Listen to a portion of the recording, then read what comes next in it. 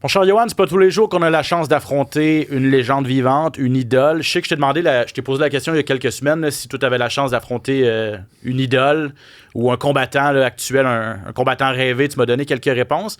Je sais pas si on avait demandé à Eman Zahabi il y a quelques semaines s'il pensait que c'était possible d'un jour affronter José Aldo. Qu'est-ce qu'il nous aurait dit, là? Clairement, je pense qu'il pense rêver en ce moment. Il va falloir qu'il se réveille rapidement, mais clairement, c'est pour lui une opportunité en or d'affronter une des légendes du sport. Là. Exactement. Un combat qui a été officialisé il y a quelques jours en vue de l'UFC 315 à Montréal. 2 combattants classés dans le top 15 chez les poids coqs à 135 livres, mais Eman Zahabi qui va affronter José Aldo. Quand on a su ça, honnêtement, ça a vraiment ajouté une coche de plus à une carte qui s'annonçait déjà assez spectaculaire, merci.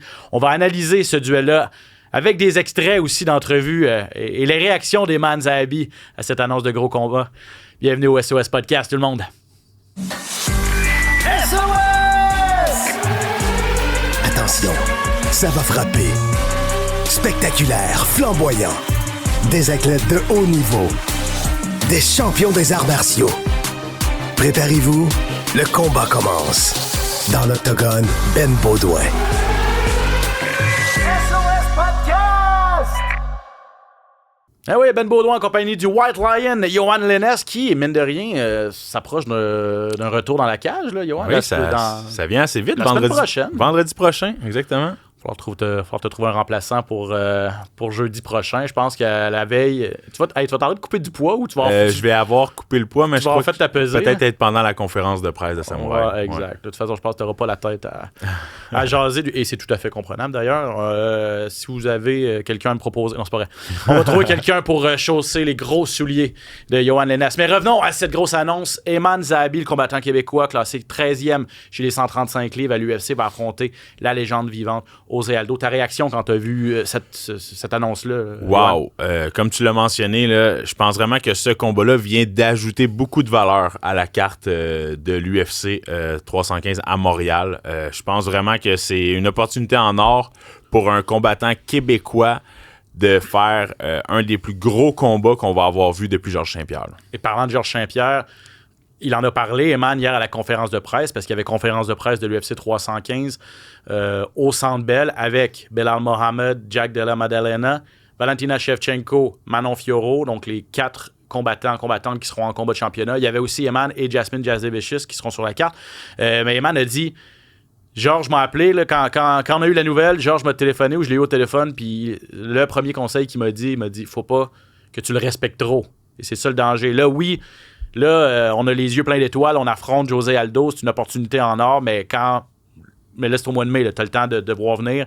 Et José Aldo, c'est un être humain. Puis je pense que ça va être important de ne pas le placer trop sur un piédestal. Hein. Ça va être super important qu'il ne le respecte pas trop, qu'il soit en mesure d'imposer son rythme. On le sait, José Aldo ralentit, tandis que Eman Zahabi semble vraiment être dans son prime en ce moment, au sommet de ses performances. Fait que, comme tu l'as mentionné, là, ça va être un combat important, puis il va falloir que mentalement, Eman soit prête. Là. On analyse ça plus en détail, plus techniquement.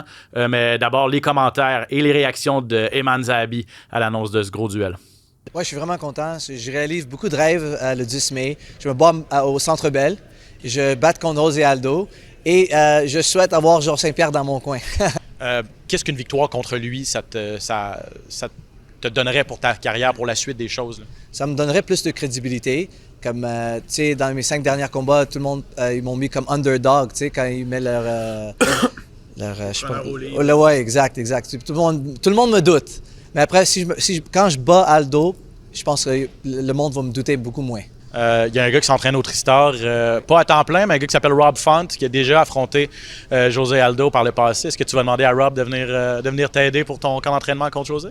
Oui, je lui ai appelé vendredi soir avant son combat pour lui dire que je me bats contre Aldo. Il était vraiment content pour moi parce que lui, il a déjà battu contre lui, mais il l'a pris comme en short notice de 5 semaines.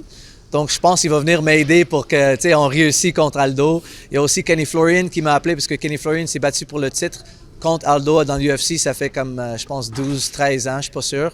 Puis c'était moi qui fallait que je fasse semblant que j'étais Aldo dans le sparring. Puis quand Kenny venait à Montréal pour 10 jours, je sparrais avec lui ici. Puis je retournais à Boston avec lui. Je restais chez lui dans sa maison pour faire le sparring comme Aldo pour lui.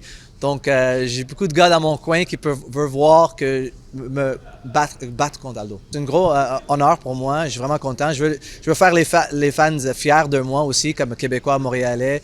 Je veux vraiment comme impressionner contre Aldo. Et je pense même avec ça, comme globalement aussi, mon nom va grandir. Ah, voilà quelques commentaires d'Eman Zahabi, entrevue complète disponible sur le tvasport.ca. D'accord avec... et c'est drôle, c'est une belle histoire quand même. C'est comme une boucle qui se boucle là, parce qu'avec Kenny Florian, et on parle il y a plus de 10 ans, 10-12 ans, il jouait le rôle de José Aldo comme partenaire d'entraînement. Là, il va essayer de le battre. Il va essayer d'être un premier membre du Tristar qui va vaincre la légende aussi. Là. Tout ça, c'est particulier. Là. Ça nous montre à quel point ça fait longtemps que José Aldo est dans le sport, premièrement. A fait ses débuts professionnels en 2004. Et aussi, ça nous montre à quel point Eman Zahabi, ça fait longtemps qu'il s'entraîne et qu'il est dans le sport lui aussi. On l'oublie, il y a seulement 12 victoires. Il y a juste un an de différence entre 37 ans pour Eman. Puis 38 pour Aldo. Exactement. Puis, mais ils n'ont pas le même millage. Ils n'ont pas le même millage au niveau des combats, pas la même expérience non plus. Je pense que ce millage-là est vraiment en la faveur d'Eman Zahabi. Justement, beaucoup moins de guerre, a mangé beaucoup moins de coups. On l'a vu dans ses derniers combats, José Aldo, c'est plus le José Aldo que c'était. 8 décisions à ses 8 derniers combats. Donc, c'est plus le combattant qui terminait ses combats de manière vraiment expéditive comme il l'a fait dans le temps.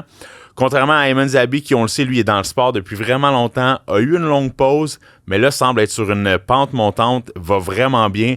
Donc, vraiment, tout est en la faveur pour que le Québécois remporte ce combat-là. Puis t'es d'accord, même si Aldo est plus ce qu'il a déjà été, d'ajouter un nom comme José Aldo à la fiche d'Eman Zahabi, t'es d'accord avec lui que ça peut lui amener juste le respect qu'il mérite dans l'organisation? Complètement, parce que José Aldo, c'est un membre du Temple de la Renommée. C'est un Hall of Famer de l'UFC.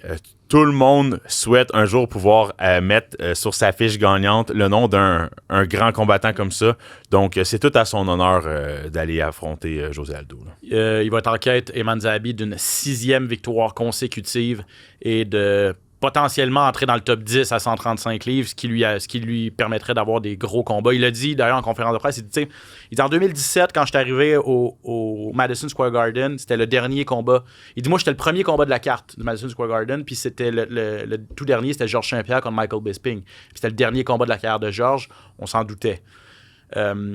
Puis moi, je m'étais mis beaucoup de pression pour dire, faut que ce soit le passage du flambeau. Georges va me donner le flambeau à moi et je vais prendre le bâton de pèlerin des arts martiaux mix québécois. Puis ce qui est arrivé, c'est qu'il a subi un KO percutant par un Ricardo Ramos, un coup de coude renversé, tout ça. Puis il s'en est voulu longtemps. Il a pris beaucoup de temps pour s'en remettre. Il a pris beaucoup de temps avant de revenir. Il a perdu son combat par la suite parce qu'il était super sur la défensive et tout ça. Là, il a travaillé énormément là-dessus. Là, il est revenu à 100% au niveau psychologique aussi. Puis là, il connaît vraiment les meilleurs moments de sa carrière. Mais c'était vraiment intéressant de l'entendre analyser ça, puis de dire, tu sais, la pression qu'il s'était mis, finalement, ça... Puis tu sais, il a perdu. J'avais un bon combat, mais j'ai perdu. C'était un coup de poing que j'ai pas vu venir. Oui, là, parce que ce combat-là, il gagnait au départ. C'était un combat qui dominait contre Amos. Il s'en allait avec la victoire et ça s'est fait dans les derniers instants du combat, ce coup de coude renversé. Donc, c'est sûr qu'il y a à quel point ça a changé un combattant. c'est ça a complètement changé la trajectoire, puis ça lui a pris du temps avant de revenir, mais très, très, très maintenant serein aujourd'hui, mais peut-être aussi très transparent quand il raconte tout ça. C'était vraiment intéressant. Bon, je le disais, il y avait aussi les combattants principaux. Belal Mohamed contre Jack Della Maddalena vont s'affronter pour le championnat des mi-moyens. Deux gars assez relax. Deux gars, il n'y a pas beaucoup d'animosité, Johan, entre ces deux-là. Tu as écouté la conférence de presse. Ouais. Je sais pas ce que tu en as pensé, mais... ce que j'ai trouvé intéressant, moi j'ai eu la chance de parler aux deux, c'est que les deux semblent un peu se respecter, mais pas non plus se respecter, mais pas non plus penser que les autres sont dans une classe à part. Là, dans le sens où, tu sais, pour Jack Della Maddalena, arriver tout de suite en combat de championnat, ben, quand tu lui parles de Belal Mohamed, tu dis « Ah oui, bon, il est correct, c'est le champion. » Mais tu sais, pas plus que ça. Puis Belal Mohamed, lui, quand tu l'entends parler, c'est comme s'il faisait un cadeau à Jack Della Maddalena. Comme je l'ai choisi pour m'affronter à la place de Shavkat Rakhmonov. C'est particulier, là, tout ça. Là. Je suis quand même d'accord avec Belal parce que si on regarde la fiche de Jack Della Maddalena, il est 17-2, OK? Il est sur une lancée incroyable. Il a gagné ses 17 derniers combats, là. Il a perdu contre Burns à son dernier combat. Il a gagné contre Burns, pardon. Mais il perdait. Combat qui perdait. Combat qui ne gagnait pas. Il s'est fait amener au sol. Il s'est fait mettre dans des positions vulnérables. Il a réussi au dernier round à sortir un coup de genou qui a fait en sorte qu'il a gagné. Selon moi, Belal a un jiu-jitsu et une lutte supérieure à Burns. Ça va être là que ça va se jouer. Et avant ça, c'est 2 décisions partagées contre Kevin Holland et Bassel Hafez. Donc vraiment, c'est une opportunité en or pour Jack Della Maddalena. Est-ce qu'il la mérite? Écoute, il l'a, on va lui donner, c'est correct. Par contre, Belal, je pense qu'il peut avoir l'avantage dans ce combat-là. Là. Oh, ouais. Puis lui, il dit dans le fond, moi, j'ai dû attendre tellement longtemps. C'était son 19e combat à l'UFC qu'il a eu sa première chance en combat de championnat. Puis là, il dit que c'est peut-être ça qui va faire la différence. Lui, il a dû prendre le chemin le plus long. Quand il est arrivé fin prêt, ce qui sera peut-être pas le cas de Jack Della Maddalena. On peut écouter les deux. Là. I'm not angry at it, right? It's hard, but at the end of the day, when I look back at it, it made me better. So I had to take the longer road, so I had to fight tougher guys. And he didn't have to go through those pressure situations. So that's going to be his downfall. He's never fought anybody like me. He's never fought a style like mine. He's never had that big, step up in competition and the big main events yet. So when it comes to fighting me, it's the worst timing for him. He's a good competitor, strong. He's a champion, so you've got to respect that. He's a strong grappler. And he finds a way to win most fights. So I'm really ready for the challenge. I think he's a strong grappler, which is his main strength. So looking to defend the grappling and keep it standing, where I believe I pose a strong advantage. Do you think the power is going to be the difference in this fight? Yeah, I think the power, the precision, and the timing, I think those are the things that are going to make the difference. Obviously, being a welterweight, that's the guy that you look up, that's the guy you put on the pedestal that you're chasing. Even myself now, when I was first getting in here, my goal was to catch the gold, get the belt. Now my goal is to catch GSP. He was the greatest welterweight to ever do it. So I always have to have goals, and I always set my standards high. So for me, I'm just like, he's up there. So fighting in Montreal, being able to fight in an arena that he fought in with the fans and the crowd that's seen him be a welterweight champion for so long, I want to put on a show and try to mimic him and try to be like him and catch up to him.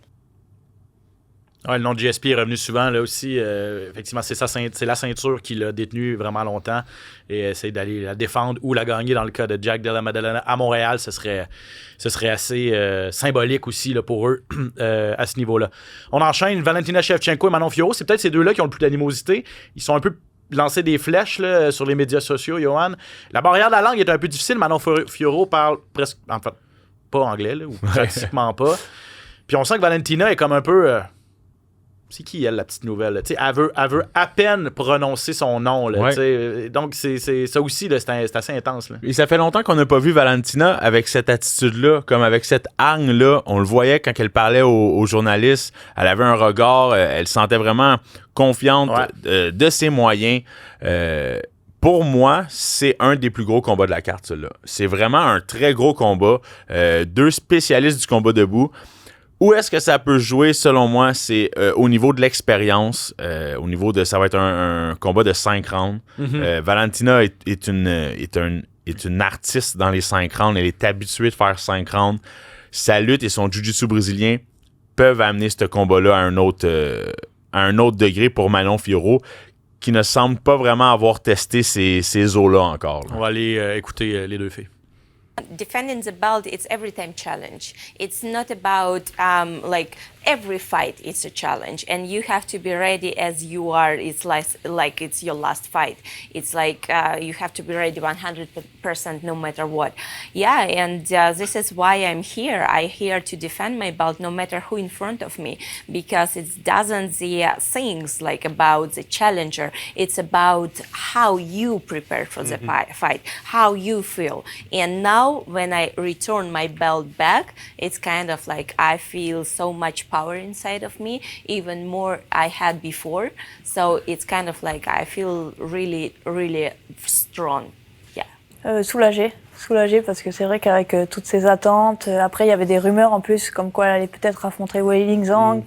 Les médias en ont beaucoup parlé, donc c'est vrai que j'ai eu une grosse frayeur, mais là, rassurée et contente. C'est ce que je rêve depuis que j'ai commencé le MMA, et encore plus depuis que j'ai signé à l'UFC. J'avais cette ceinture dans le viseur, et ça y est, on y est enfin. Oui, je pense qu'à ce niveau-là, il faut savoir tout faire. Après, je l'ai pas forcément montré à mes combats, parce que j'en ai pas eu besoin en fait jusqu'à maintenant, mais je pense que mon niveau de lutte est même meilleur que le sien, et mon niveau de sol aussi. Oh, à ce point-là? Ouais. Donc, t'es pas inquiète, ça peut aller dans toutes les Ça directions. peut aller dans toutes les directions, il n'y a pas de problème, je suis préparée pour ça. T'en as parlé. Elle pense que ça peut pas, que ce sera pas un enjeu, mais bon. J'aime ça, voir ça. La confiance. Ouais. Elle dégage beaucoup de calme, beaucoup de confiance, Manon Fiorot. Et puis Valentina, vous l'entendiez, elle a perdu sa ceinture il y a pas longtemps contre Alexa Grasso. Puis elle a dit, là, je suis allé la rechercher, puis là, je veux plus la perdre jamais. Là, c'est la mienne, puis elle ressent encore plus l'urgence de les défendre et de s'améliorer. Honnêtement, je suis d'accord avec toi. Là, sa confiance, sa drive qu'elle a, cette fille-là, là, c'est assez impressionnant. Un mot rapidement en 1 minute sur Jasmine Jasudavicius. Hey, Jessica Andrade, elle aussi, Wow. là, gros duel. Là. Honnêtement, ça aussi, quand j'ai vu ce combat-là apparaître sur la carte, je me suis dit, bon, on a une belle carte à Montréal. C'est une grosse carte qu'on a à Montréal. Ça vaut la peine d'encourager l'UFC à Montréal avec Aldo Heyman. Puis là, Jasmine contre Andrade. Écoutez, ça va être un choc de style. Andrade qui a des bombes dans les mains, qui n'est pas très grande, mais frappe avec autorité. Jasmine, elle, écoutez, grosse lutte, gros contrôle, un bon jiu-jitsu brésilien. J'ai hâte de voir parce qu'Andrade n'est pas sur une bonne lancée. A perdu 2 de ses 6 a gagné 2 de ses 6 derniers combats, tandis qu'on sait que Jasmine, elle, sur 4 victoires consécutives. Donc vraiment, ça va jouer là-dessus. Elle connaît une ascension fulgurante à l'UFC, Jasmine Jasudavicius. Elle se bat souvent. Elle s'est battue début février. Ça va déjà être son 2e combat en 2025. Elle dit, j'ai pas le temps de m'arrêter pour apprécier ce qui arrive. Là. C'est un peu comme... C'est un peu intense. Mais elle dit, je le sais que quand je vais être plus vieille, je vais me rappeler de ces moments-là, puis je vais dire j'ai bien fait d'en profiter, puis j'ai bien fait de battre le fer pendant qu'il est chaud, puis ça serait la plus grosse victoire et de loin de sa carrière. OK, retour, Pat, sur ce qui s'est passé la semaine dernière du côté de Seattle. L'UFC va être à Montréal pour la première fois en 10 ans. Du côté de Seattle, ça faisait 12 ans qu'on n'avait pas été, et la foule a été là du début à la fin pour le Fight Night. Cejudo contre Song, et ils ont eu droit à une carte tout à fait sensationnelle. Ouais. Tu sais, des fois, tu regardes des noms, tu dis, OK, ouais, ça va être pas. Tu essaies d'avoir des pronostics. Celle-là, c'était comme, oui, il y avait des bons duels, mais tous les combattants sont venus pour se battre. C'est finish après finish après finish. Il y a eu quoi? Il y a eu 6 KO, 2 soumissions. Je pense que les 8 premiers combats de la carte se sont finis avant la limite. Bref, c'était vraiment intense. Ça s'est toutefois terminé en queue de poisson. Cejudo contre Song Yadong. Henry Cejudo a perdu par décision technique. Mais le combat n'a pas duré 5 rounds, seulement 3 rounds parce qu'il y a eu des doigts dans les yeux accidentels. Song a placé ses doigts dans les yeux de Cejudo. Comment tu as vu ça? Est-ce qu'on aurait dû enlever un point à Song Yadong? J'aurais pas enlevé un point pour en partant comme ça. Premier incident, on n'enlève pas un point. J'ai trouvé que Cejudo n'était pas là. J'ai trouvé une tentative de takedown rapidement sur un single leg, là, qui n'a pas réussi. En 3 rounds, n'a pas vraiment essayé de lutter. J'ai l'impression que son timing, il était en retard. La vitesse, ça allait trop vite pour lui. Là. Et vraiment, on a vu que les attaques de Song, vraiment un bon jab au corps, des feintes de genoux. J'avais l'impression que toutes les portes étaient fermées pour Cejudo. C'est plate que ça se termine comme ça. Mais écoutez, là, les 3 derniers combats de Cejudo, on s'entend que ça n'a pas été des gros combats. Fait que peut-être qu'il serait temps pour le Triple C de, malheureusement, accrocher les gants. Là. Ouais, c'est parce que lui, en plus c'est ça. C'est qu'il a décidé de continuer. Probablement qu'en décidant de continuer, ça lui a fait plus mal que d'autres choses. Parce que là, il a eu son 5 minutes au complet. C'est arrivé au 3e round. Il restait 1 minute au 3e round. Il a eu son 5 minutes au complet. Il a dit, OK, je peux continuer. Finalement, il voyait rien d'un œil. Il est arrivé dans le coin, il a dit je peux pas continuer. Donc le médecin a arrêté le combat au début du 4e. Mais s'il avait dit au médecin je vois rien, je peux pas continuer, ça aurait probablement été une nulle technique. Parce qu'on n'aurait pas été aux cartes des juges. Ou ça aurait été une disqualification, dépendamment du jugement de l'officiel de Song Yadong. Donc, en voulant continuer, il s'est peut-être nuit plus que d'autres choses, Henry Cejudo. Là, il a perdu parce qu'on est allé aux cartes des juges. Il avait perdu 2 des 3 premiers rounds, certainement. Bref. Et Dana White a tout de suite écarté l'idée d'un combat revanche entre les deux. Effectivement, quelle décision va prendre Henry Cejudo? Mais lui, il a le beau jeu de dire le dernier combat, oui, je l'ai perdu, mais pas vraiment parce que c'est pas de ma faute et tout ça. Rapido, Anthony Hernandez contre Brendan Allen, ça, j'avais hâte de voir ça. 2 combattants de force égale, mais j'ai vraiment trouvé que Brendan Allen a perdu. Anthony Hernandez a gagné le combat, mais Brendan Allen a vraiment manqué de volonté. Il a manqué de jus, il a manqué de volonté carrément au 3e round. J'ai l'impression qu'il est parti le premier round en force. Son premier round était très beau, réussi à amener Hernandez au sol, prendre son dos, du bon ground and pound, et vraiment, il a passé proche, mais j'ai l'impression que vu qu'il n'a pas été en mesure de terminer Hernandez au premier round, mentalement, ça l'a affecté complètement.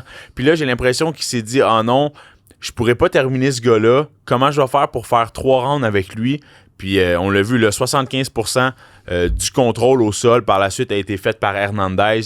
J'ai l'impression que, comme tu dis, Brendan Allen a perdu ce combat-là par sa faute. C'est pas vraiment Hernandez qui est allé le gagner. C'est Allen qui a décidé de descendre son jeu d'un cran. Puis Hernandez, en plus, dit qu'il était sur les antibiotiques ou qu'il venait de finir des antibiotiques. Il était super malade. Donc, lui, il était un peu déçu de la performance qu'il a offert.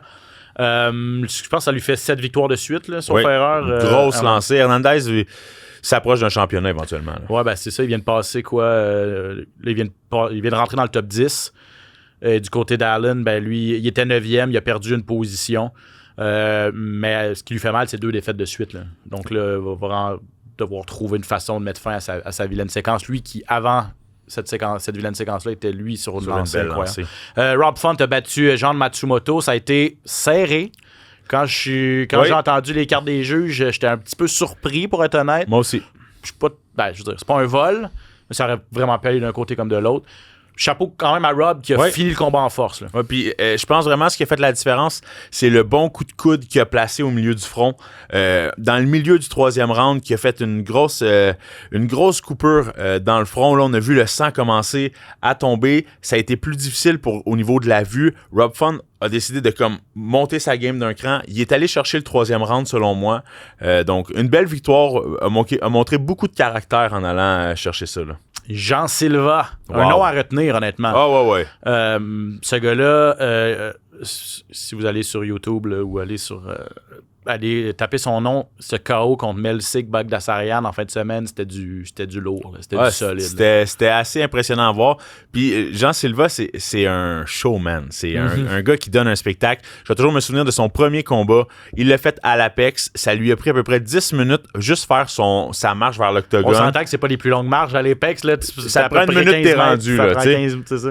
Puis là, il jappait après son combat dans l'intercom. C'est vraiment un personnage très coloré, mais on peut pas lui enlever. Là. 15 victoires, sur ces 15 victoires, 12 KO. Là-dessus, il y en a 10 au premier round. Ouais. C'est exceptionnel. C'est un combattant exceptionnel. Puis à l'UFC, c'est 4 combats à l'UFC. Ouais. 4 KO. Exactement. C'était son 4e. Là, il va affronter Bryce Mitchell, t'as vu? Wow. À Miami. Ouais. À l'UFC 313. J'ai bien hâte de voir ça parce que 314. On a beau dire ce qu'on veut contre Bryce Mitchell avec les propos qu'il y a eu qui sont un petit peu déplacés puis un petit peu contradictoires. Mais ça reste que Bryce Mitchell, c'est pas un mauvais combattant. C'est pas un mauvais combattant. C'est un combattant qui a fait son nom. C'est un très bon grappler. Exactement. Un très bon jiu-jitsu. Donc, j'ai vraiment hâte de voir Jean Silva où est-ce qu'il va s'en aller avec ça. Il y a bien des gens qui aimeraient ça, voir Bryce Mitchell subir les foudres de Jean Silva. Oui. Et je pense que c'est pas... je pense que Dana White s'est pas fait prier pour placer Jean Silva contre Bryce Mitchell après ses commentaires, c'est ça, sur Hitler et tout. Ricky Simon est revenu sur le chemin de la victoire avec un KO brutal lui aussi contre Javid Basharat. C'était du solide. Mansour Abdul Malik, un autre nom à surveiller. Il a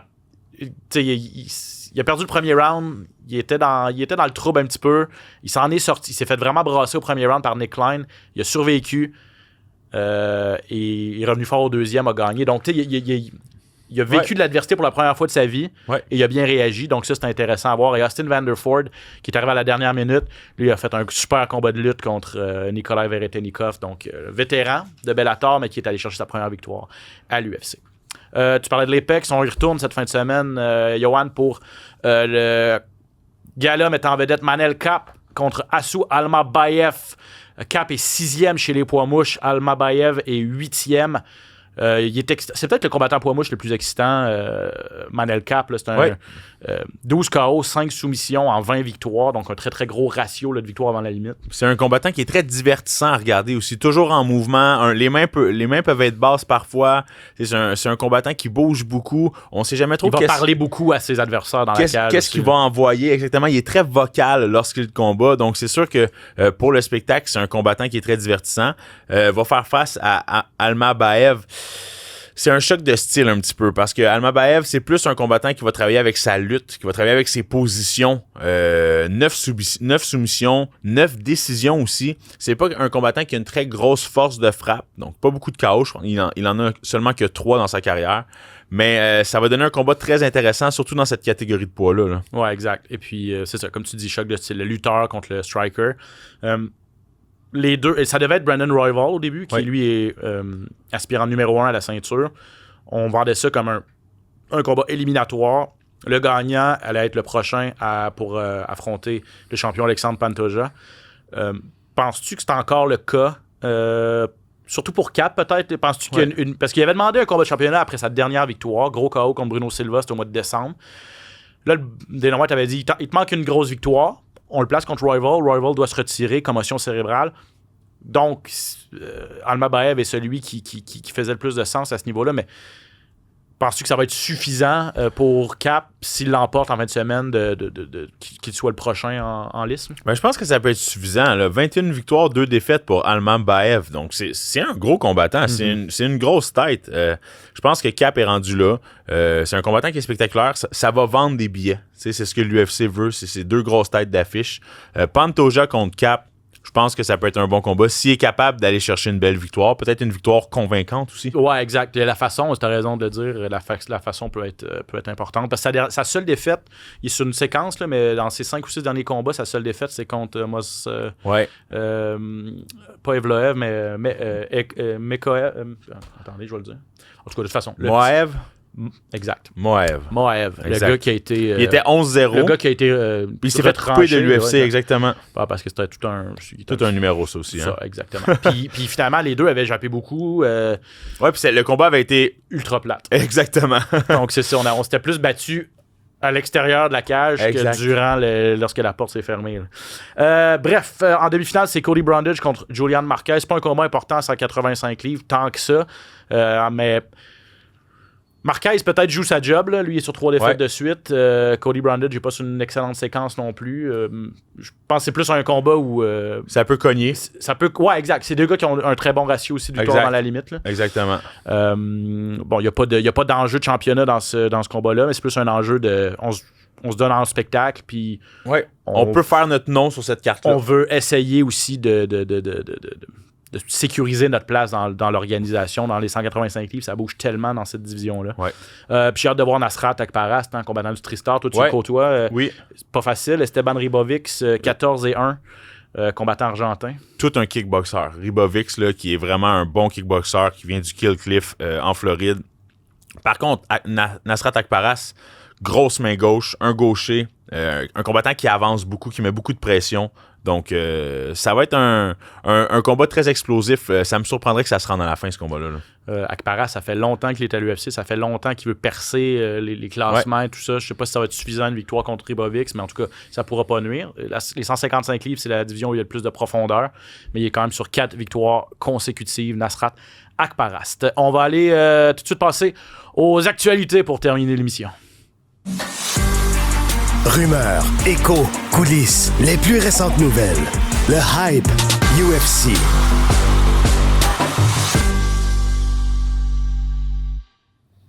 La grosse nouvelle de la semaine, c'en était une mauvaise, très mauvaise même, qui s'est un peu transformée en bonne nouvelle. Ou en tout cas, on est peut-être revenu à quelque chose de plus positif. C'est bien sûr cette blessure de Dan Hooker qui devait affronter Justin Gaethje à l'UFC 313 le 8 mars, dans un peu plus d'une semaine.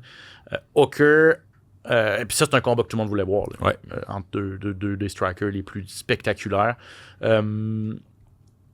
Hooker s'est cassé une main, se retire du combat, et finalement, on réussit à garder Gaethje sur la carte contre Rafael Fiziev, qui est comme plan B, on a vu pire. Là. Ah, complètement. Si je me trompe pas, les deux combattants se sont déjà affrontés. Exact. Ça a été un combat sanglant.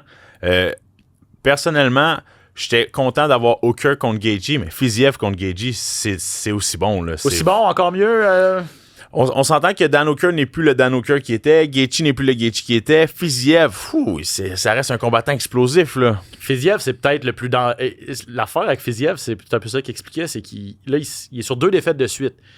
Celle contre Gaethje, qui a perdu par décision majoritaire. Ouais. Ça a tout pris. Là. Il a fallu que j'ai revisionné ce combat-là avant de m'en venir tantôt. Fiziev a fini ça ensanglanté. Complètement. Là, mais il gagnait potentiellement ce combat-là jusqu'à la mi-chemin du 3e round où Gaethje l'a trouvé comme son 2e souffle, a touché énormément dans la dernière minute du 3e round, si bien qu'un juge lui a donné un 18 à Gaethje au 3e. Wow. S'il y avait 19, là, c'était un split. C'est un combat-là, c'est un combat nul, en fait. Exactement. Donc, c'est ça. Ça a tout pris à Gaethje pour venir à bout de Fiziev, qui, après ça, est revenu contre Mateusz Gamrot et s'est blessé un genou. Au genou. Là, il est sur la touche depuis 1 an et demi. Donc, sa dernière défaite, c'est ça. Il est sur 2 défaites, mais sa dernière, c'est une blessure. Il a glissé dans les classements. Il est rendu 9e. Si tu t'es dans le top 5, tu veux pas affronter Rafael Fiziev, qui est 9e.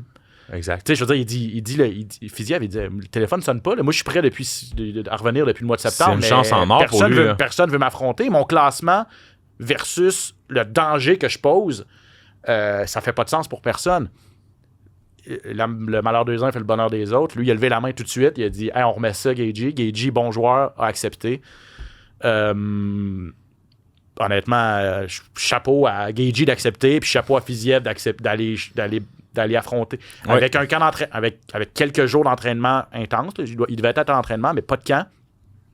Il affronte un gars qui lui, a pris son temps avant depuis sa dernière sortie, son dernier KO, Gaethje, puis qui est en camp d'entraînement complet depuis plusieurs semaines. Là. C'est pas, ça va être tout un combat, puis je pense qu'on perd rien avec le remplacement de Hooker contre Fiziev. Apparemment, il y avait plusieurs personnes qui auraient levé la main. Arman Tsarukyan avait accepté, mais un catchweight de 160 livres. C'est ce qu'il dit. L'UFC aurait refusé d'adhérer à sa demande. Dustin Poirier aurait appelé l'UFC. J'aurais aimé voir ça. Ouais, les deux sont je pense que ça aurait été une trilogie, si je ne me trompe pas. Exactement. Poirier a déjà passé le KO à Gaethje. Gaethje a battu Poirier. Exact. Mais là, apparemment que c'est ça. C'est que Poirier aurait appelé les gens de l'UFC qui n'auraient pas retourné son appel. Bon. Renato Moicano avait levé la main. Apparemment, Charles Oliveira a refusé. OK. Et c'est Fiziev qui vient sauver un petit peu cette demi-finale. Donc, je suis censé parler à Justin Gaethje, faire une entrevue avec lui après notre enregistrement de podcast. La semaine prochaine, on va peut-être avoir des extraits. J'ai hâte de savoir comment ça a été quoi ses réactions, puis comment les adversaires potentiels, lequel lui aurait préféré. Et on termine ça avec des grosses annonces de combat. Hey, honnêtement, Kansas City, là, le 26 avril, l'UFC va aller faire un tour là-bas. Grosse finale, moi, je trouve. Là. Jamal Hill contre Khalil Rountree à 205 livres, 2 combattants du top 10. Rountree était en combat de championnat il n'y a pas si longtemps. A très bien fait contre Pereira. Là. Honnêtement, ça a été une guerre. OK, il n'a pas gagné, il s'est fait maganer, mais il est resté debout assez longtemps, puis il a montré ce qu'il y avait dans le ventre. Là. Plus longtemps que moi, je pensais. Exactement, moi aussi. Puis, tu sais, il s'est essayé, il a tenté des choses, Rountree. C'est pas fait pour Jamal Hill, ce combat-là. Là. On le sait, Jamal Hill, grosse main droite, mais à part de ça, pour le moment, Rountree semble beaucoup plus complet. Bon Muay Thai, un bon clinch. Un combat très intéressant. Intéressant, effectivement. Puis à Des Moines, le 3 mai, ça, c'est pas confirmé. La semaine suivante, en Iowa, on parlait beaucoup de Sandhagen contre Sean O'Malley. Hein? Ouais. On se disait, ça serait le fun d'avoir ça à Montréal, ou en tout cas, ce serait le fun juste de le voir, ce combat-là. Mais apparemment, l'UFC aurait en tête plutôt Sandhagen contre Davison Figueiredo. Numéro 4, Sandhagen à 135 livres, Figueiredo numéro 5. Ça aussi, c'est très beau combat. C'est du bon matchmaking. Hein? Ouais. Et les deux combattants qui sont très spectaculaires. Peut-être un léger avantage au niveau du sol du jiu-jitsu brésilien pour Figueiredo, mais Sandhagen peut toujours nous sortir un genou à la volée ou on ne sait jamais. Là. Exactement. Donc voilà, ça fait le tour pour les nouvelles. Bien sûr, on continue à suivre tout ce qui se passe du côté de l'UFC 315. Si on annonce d'autres combats, on vous revient avec ça, bien sûr.